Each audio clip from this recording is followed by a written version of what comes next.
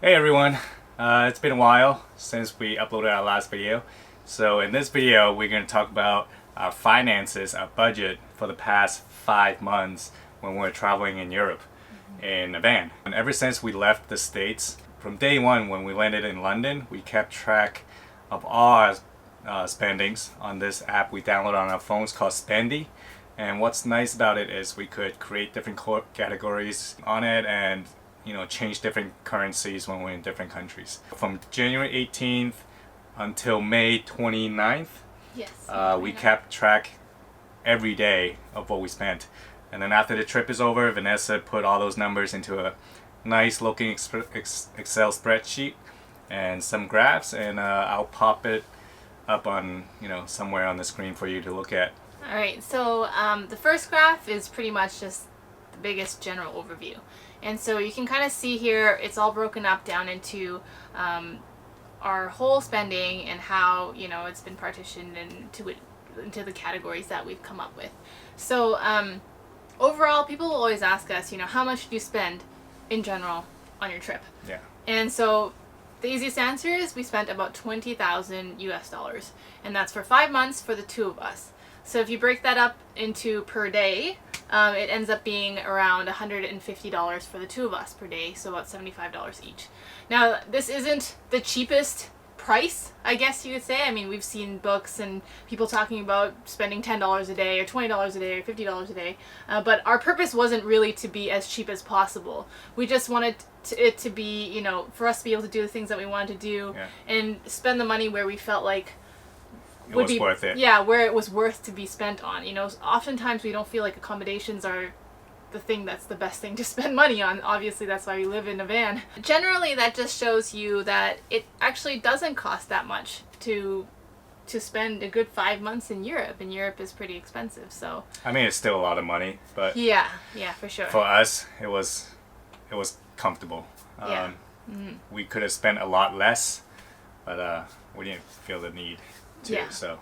Yeah. But for you, you could definitely spend way less Yeah. and travel longer and see everything in Europe if you want. Yeah. It's definitely doable. It's just kind of you to look at where you want to put your money. So we're just going to go through some of the categories now just to kind of break down, how much things were and why it may or may not apply to you in the same kind of way. So in the biggest category, obviously, it's our camper van cost. And you can see in the big graph that overall our net cost was about $4,300. And that includes having bought the van and then sold the van. So we bought it for about $8,000, sold it for $6,800 or so. 11,000 US dollars. Oh, and sorry, then we sold it for about around 9,000 US. 9,600 US dollars. Right. So we lost a bit there, but I mean, for living in it for 5 months, it was totally worth it. Then there were a few other extra costs for things that we bought, say, to deck out the inside of the van. When we moved in, there was a lot of things that weren't there. For example, like cooking equipment and things like that. So make it into our own own little home. home. Yeah. So there was those costs, and then we also spent a little bit on a few oil changes and our issue with it having broken down in France and the tow truck and things like that. So there was just a few little things there, but overall it wasn't too much in terms of the camper van itself. The second biggest category we have here, you can see, is the accommodation category. We spend about $2,600 on that overall. And you might think, well, you live in a van, what do you need to spend money on for accommodations? So really, more than half of that price was spent on the last 10 days in London.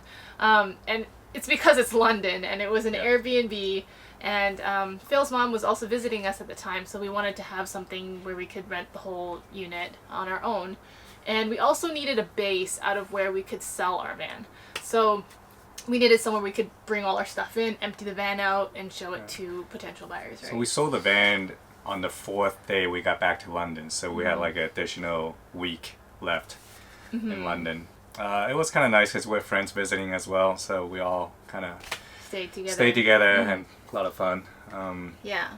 So that accommodation price was heavily affected by that 10 days in London. Yeah. But other than that, we also spent a handful of days at Airbnbs in places that we couldn't necessarily Santorini. drive to. Yeah. Cinque Terre, Paris. In Croatia. In Croatia, yeah. So there are a couple places where we did spend a little bit on accommodations as well as campsites once in a while when we felt, we really needed to take a shower and we couldn't find somewhere, or we just wanted a place to be able to clean up the van and stuff like that. Yeah.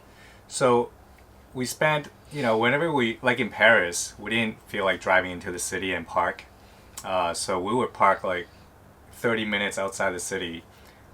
We left the car there in a public garage, and then we took the train in and we just rented an Airbnb for one night. Yeah. We didn't feel it was worth it to drive into the city and just try. We heard terrible things driving in Paris, so we didn't bother with it.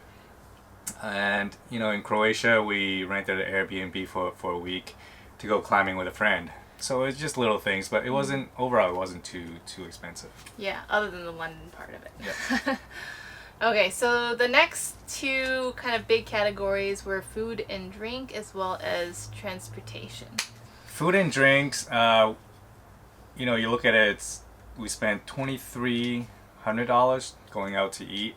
It's definitely a lot of money, but we weren't trying to save money on that either. We wanted to experience the local cuisines and different types of food.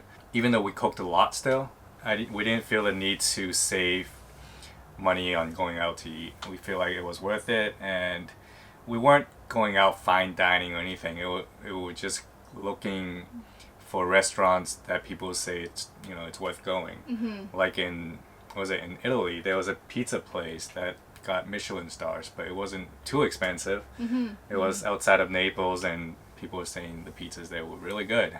I mean, you can see we have a separate category for groceries as well. So, I mean, we did cook. Probably it was like a 60-40 split, like cooked 60% and went out to eat 40% of the time. So we weren't like trying to do one more than the other. It was kind of a good even mix. If we were at a campsite and it was really convenient to cook, we'd cook, more. But if we were out and about all day in the city, we'd just go out to eat. So. Yeah. Mm-hmm. And Vanessa and I don't drink alcohol, so we saved a lot of money there. I drank a lot of Coca-Colas there because they were really good compared to the States. They use different sugars, so. Yeah. But yeah, that's it. And then the next big thing was what? Transportation. Yeah. Transportation. It was that the $2,300. It was including flights to Hong Kong and Norway round trip. Mm-hmm. So that took quite a bit of our budget. And then the rest, it was mostly taking public buses, trains. Mm-hmm. What else? Did we take any ferries? No, right?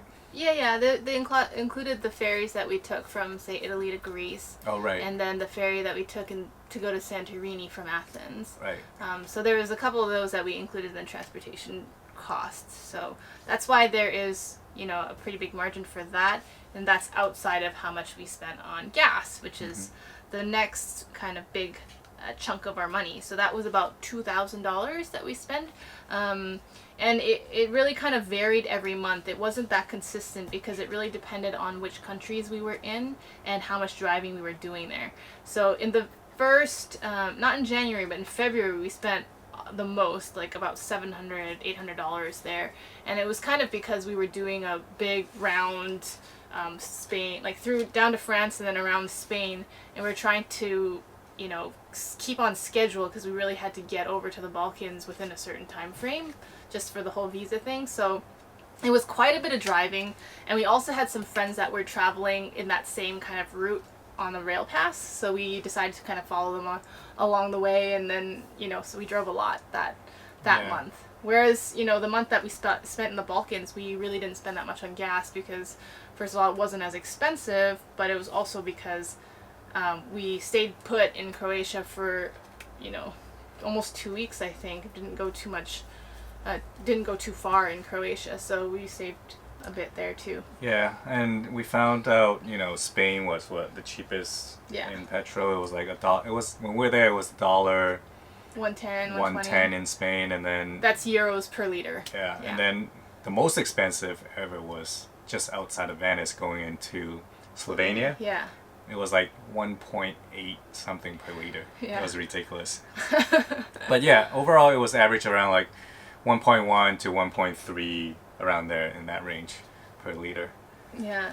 Germany and the Netherlands were also a bit more expensive, like 1.4, 1.5, kind of thing like that. It was a little bit harder to figure out how much we were paying in the Balkan countries because some of the stations kind of they had it in euros per liter, but you're paying lek per liter, and so it got really confusing. Like they would just give us a Yeah. price and we would pay it, and we had no idea like how much does it put in, how much are we paying, like whatever, it's fine. So yeah, that was pretty good. Gas wasn't too bad, but that's definitely an acceptable amount. So some of the other things that we also had to take note of in terms of like the car was tolls and parking. Parking, it was whenever we didn't feel like going to the city, we would park, outside the city, or when we do drive in the city, a lot of times we have to pay for meters. And then there are times where when we go to Santorini in Greece, we left our car at a gated private garage for 4 days. So it wasn't expensive, but we thought it was it was worth the money to It was to pay. expensive. It was expensive. It was like $20 a day. Yeah, maybe something like Okay. that, but $20 a day. It was pretty normal, I guess.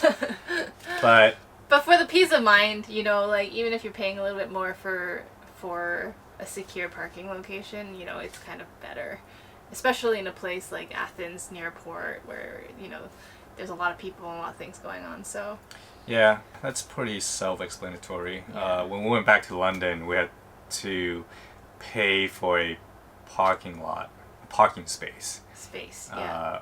So I rented a parking space from this owner who was renting his space out for, I forgot how much. It was 100 and something, 20, 30, or 40 per month.